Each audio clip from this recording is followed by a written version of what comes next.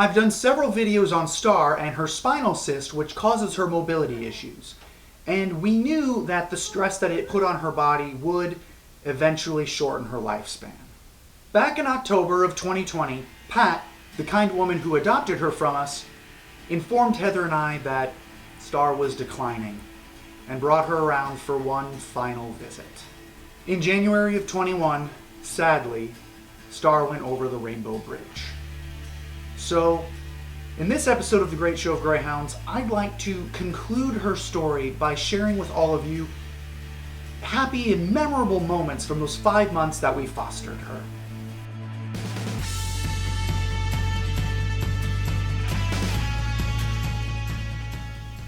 Star's early life is a bit of a mystery, but our involvement with her began in the late summer of 2017 at the Eastern Iowa Airport. We had made arrangements with an organization called Pilots and Paws to fly her up from Texas. We heard she had been found running down a gravel road by some people who owned a nearby farm. And people just dump animals on it. And so someone had dumped her, and so they were trying to find someone who could take her and fatten her up and make her healthy again. Obviously, this little dog had been starving, so she must have been out there on her own for some time. Nobody knew anything about her. We only figured out her name and age by researching her ear tattoos.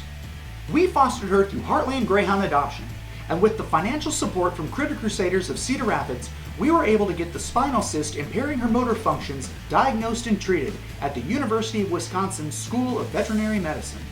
Star would never make a full recovery, but her disability could be managed. Despite her struggle with walking and keeping her balance, Star was a surprisingly fast little greyhound who had no issue keeping up with our other greys. It wasn't graceful, but her disability didn't really seem to get her down. Oh, she absolutely loved playing with chew toys.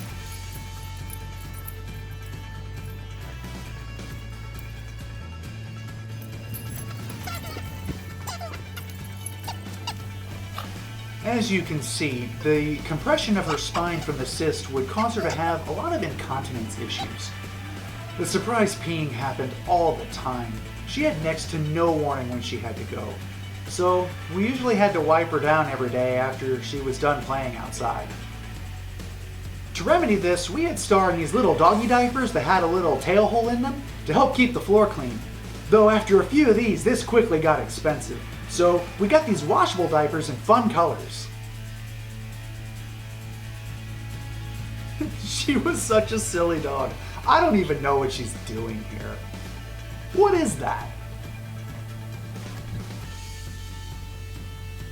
Probably because of that whole nearly starving to death thing, but she loved food and would do this spin move, happy dance thing, but her legs never seemed to work whenever I was trying to record it on camera.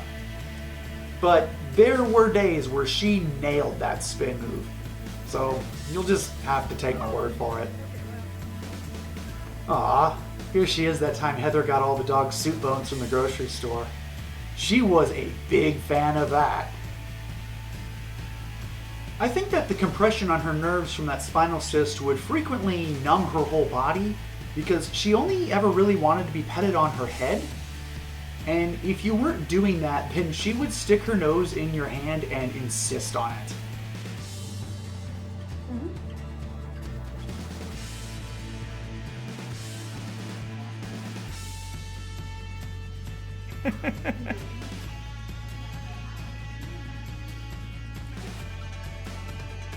Though, one time and only one time, we did get her to do the kicky leg thing.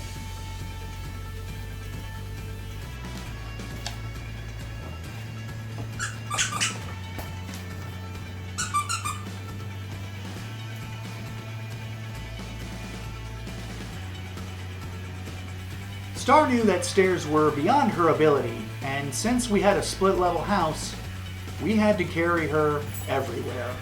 And I do mean everywhere.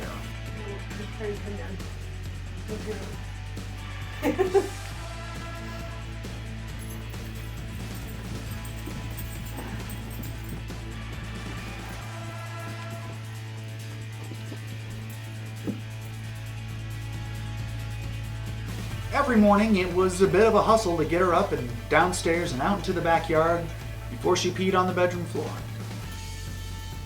I swear, I carried her many times as well, it's just never on camera. With treatment from the University of Wisconsin School of Veterinary Medicine, she was eventually able to do small sets of stairs. But for a dog with this kind of disability, our house really was not a good fit for her.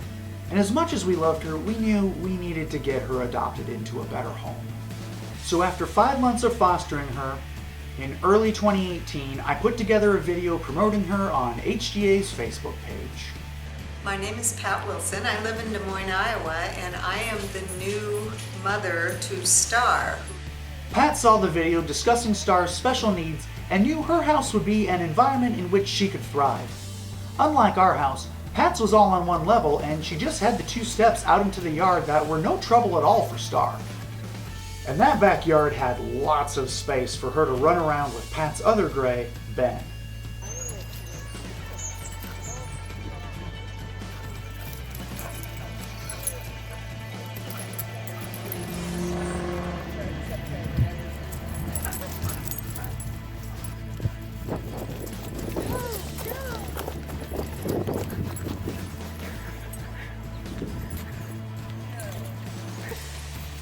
In no time at all, Star built up some good, strong muscle mass. It is here that Star would live for the final 3 years of her life, happily ever after. And while 3 years doesn't really seem like a long time, we all regarded this as bonus borrowed time. She had either been lost or abandoned by whoever initially adopted her from the racetrack in Tucson, Arizona. And she was near death when those farmers found her in Texas during Hurricane Harvey. And Pat was able to give her a comfortable life after all of that. Heather and I will always be grateful to Pat for having a big enough heart to accept the challenges of caring for Star until the end. She's just, she's one of the sweetest dogs I have ever had.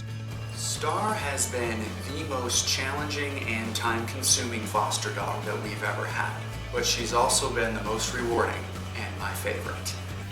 I think the other videos I made, while educational, showed all the hardships that Star had. And hopefully today, with this one, you got to see her more playful side, her patience, and her indomitable spirit. She impacted our lives in ways that made us grow, and we will always remember her fondly.